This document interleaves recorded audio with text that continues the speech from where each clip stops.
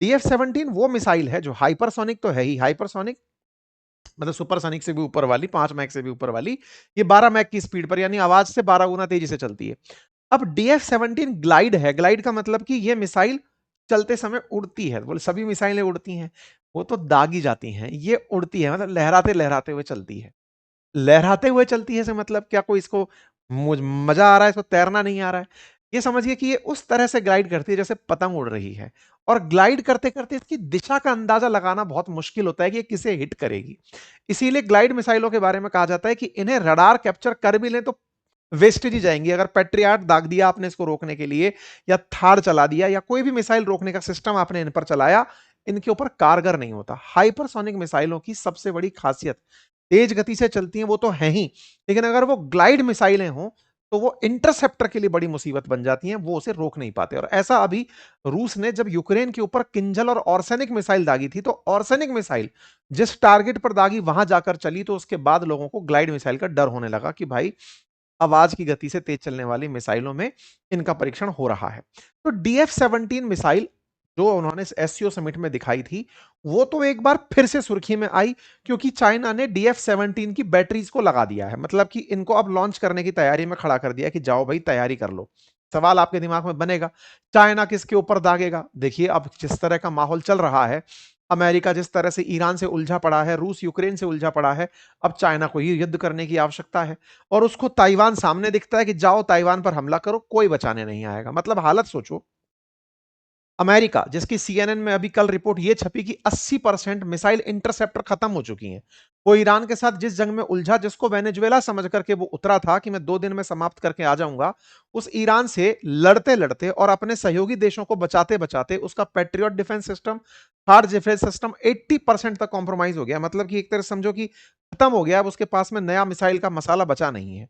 अब ऐसे में नए मिसाइल के मसाले खत्म हो रहे हैं, और इधर चाइना ताइवान पर हमला कर भी दे, और ताइवान को भले ही अमेरिका ने अपनी तरफ से सिक्योरिटी गारंटी दे रखी हो कि मरोगे तो हम बचाने आएंगे, उस समय वो आ भी नहीं पाएगा, क्योंकि उसके पास खुद अभी लड़ने के लिए असला नहीं है।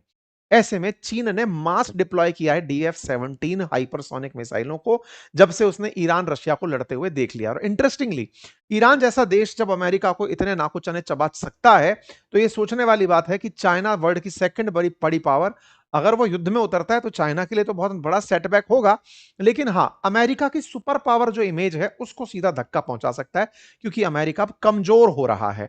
पहले तक विश्व युद्ध में ऐसा होता था कि फ्रांस और ब्रिटेन युद्ध में उतरते थे, और उनकी कमजोरी का फायदा आज अमेरिका उठा रहा है, क्योंकि फ्रांस और ब्रिटेन युद्ध में जब उतरते थे, प्रथम विश्व युद्ध लड़े, 20 साल बाद द्वितीय विश्व युद्ध लड़े, उसके बाद इतने कमजोर हो गए कि अमेरिका सुपर पावर बन गया, और वो बेचारे आज बैठ के केवल दर्शक दीर्घा में बैठे हुए हैं।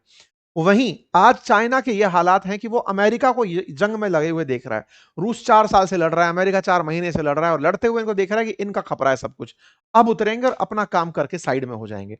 अब दिमाग में आएगा, क्या केवल ताइवान निशाना होगा? नहीं, हो सकता है जापान भी निशाना हो, पुराना बदला लेने के लिए तैयारी करे। जापान के पास डिफेंस है भी नहीं। साउथ कोरिया हो सकता है निशाना हो, क्योंकि वो तो अमेरिकी रक्षा में जी रहा है। अमेरिका वाले तो थाड़ हटा के नॉर्थ कोरिया वाला भी साउथ कोरिया से लेके चले गए। तो अब अपने आप में रीजनल टेंशन अब ईस्ट एशिया के अंदर बनना शुरू हो रही है। जापान अब धीरे धीरे, चाइना अब धीरे धीरे जापान, साउथ कोरिया, ताइवान, इन सबको चिंता दे रहा है। और ऐसी चिंता में जब इस तरह की खबर आए कि DF-17 को डिप्लॉय कर दिया गया है, और ऐसे समय पर जिसको दिखाया गया हो, तो बड़ी चर्चा बनती है। और एक दिन पहले पेंटागन खुद इस बात की चिंता में चला गया कि तो DF-27 भी ले लिए हैं, जो ग्लाइड मिसाइल आकर अलास्का में जा सकती है। मतलब ICBM तो है ही इनके पास, लेकिन जो मिसाइल टारगेट, मतलब इंटरसेप्टर जिन्हें ना पकड़ पाए, वो आकर के हिट मार दें, तो अपने आप में एक बड़ा बड़ा वो अपडेट माना जा रहा है। तो अमेरिका के साथ क्या होगा वो तो देखने वाली बात है, लेकिन हम तो भारत के बारे में सोचेंगे और उसकी भी चर्चा आगे आपके साथ करेंगे। फिलहाल के लिए एक छोटा सा रिमाइंडर आप सबके साथ रिक्वेस्ट के रूप में, चैनल पर नए हैं तो सब्सक्राइब का बटन दबा दीजिए, ताकि आप तक अपडेटेड खबरें पहुंचती रहें। ठीक है, आइए साथियों, सवाल पीपल्स लिबरेशन आर्मी की 99वीं वर्षगांठ का है, जहां पर इन्होंने DF-17 हाइपरसोनिक मिसाइल प्रणाली का नया वीडियो जारी करके बताया कि लीजिए साहब, hypersonic glide missile that is HGV इस प्रकार से तैनात होने के लिए तैयार है। तो ये आप जाती हुई बैटरीज देख रहे हैं, ट्रकों पर लदी हुई हैं, मोबाइल व्हीकल लॉन्चर के साथ साथ जाते हुए दिखाई दे रहे हैं। ट्रांसपोर्टर, इरेक्टर, लॉन्चर एक साथ दिखाई दिए। मतलब DF-17 तैनात थी जिस ट्रक पर, वो ट्रांसपोर्टर हुआ।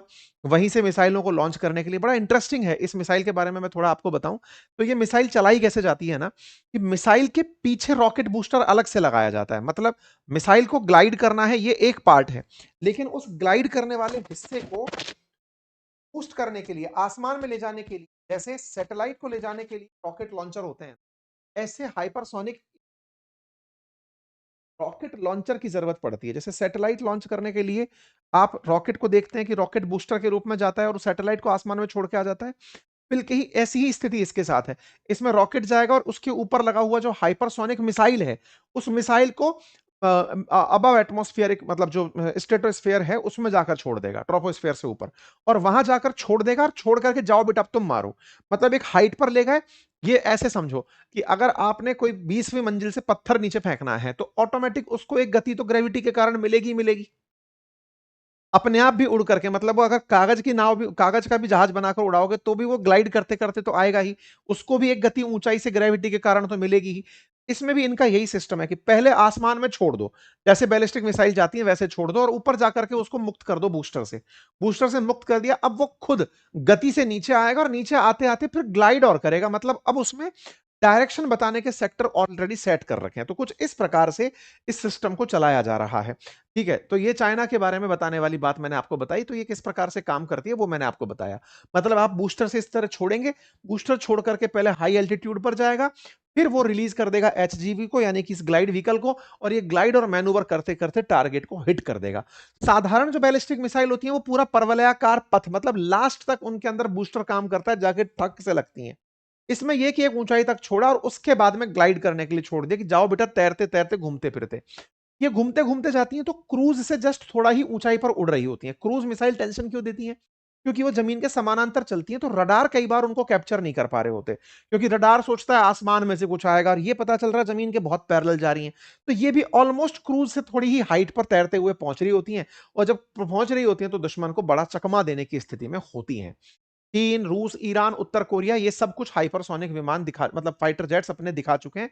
रूस ने यूक्रेन युद्ध में किंजल, जिरकॉन और ऑर्सेनिक जैसी मिसाइलों का इस्तेमाल किया, और उसमें से जो ऑर्सेनिक है, कुछ मिसाइलों को तो हाइपरसोनिक को पैट्रियट ने फिर भी न्यूट्रलाइज किया, लेकिन ऑर्सेनिक को पैट्रियट वो नहीं कर पाया। ये खबरें थी जनवरी 2026 की, जब इन्होंने हाइपरसोनिक चलाई थी यूक्रेन ने। ऐसे ही खबर बनकर मई में आई जब हाइपरसोनिक ऑर्सेनिक चलाई, और ऑर्सेनिक तो बकायदा कीव पर जाकर के मार भी करी। तो इससे यह सिद्ध हुआ था कि ग्लाइड मिसाइल सक्सेसफुल है, अमेरिका के जो इंटरसेप्टर्स हैं वो इसे नहीं पकड़ पा रहे हैं। ठीक है, रूस के पास जो हाइपरसोनिक हैं उनमें से अवागांड है, ये सब ये बड़ी स्पीड वाली मिसाइल है। मतलब इनकी 20 से लेकर 27 मैक तक की स्पीड है।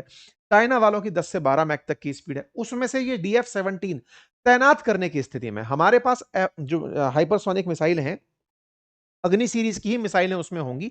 हम अभी तक इस बात को डिस्क्लोज नहीं किए हैं, परीक्षण के दौर में है कि हमारे पास कौन सी मिसाइल हाइपरसोनिक ग्लाइड है। हमारे पास हाइपरसोनिक सुपरसोनिक मिसाइल की जो रेंज है वो अग्नि सीरीज में, लेकिन हाइपरसोनिक में ग्लाइड है वो अभी हमारे पास ज्ञात नहीं है। तो DF-17 की चर्चा अभी हो रही है। 2019 में दुनिया के सामने ये सबसे पहली बार इसको लेकर आए थे, तियानवेन स्क्वायर पर इसका परिचय कराया था। 2021 में फिर दुनिया के सामने चला करके इन्होंने दिखाया। 2017 के अंदर जो इस प्रकार का सिस्टम है, ये पूरी तरह से सुरक्षा की वजह से लोगों के दिमाग में आ गया था कि चाइना वाले कुछ तो बना गए हैं। बकायदा प्रॉपर तरीके से कोन है, 4 पंख लगे हैं, टेल फिन लगी हैं, और इस प्रकार से चाइना अपनी तरफ से ताइवान की तैयारी में जुटा हुआ है।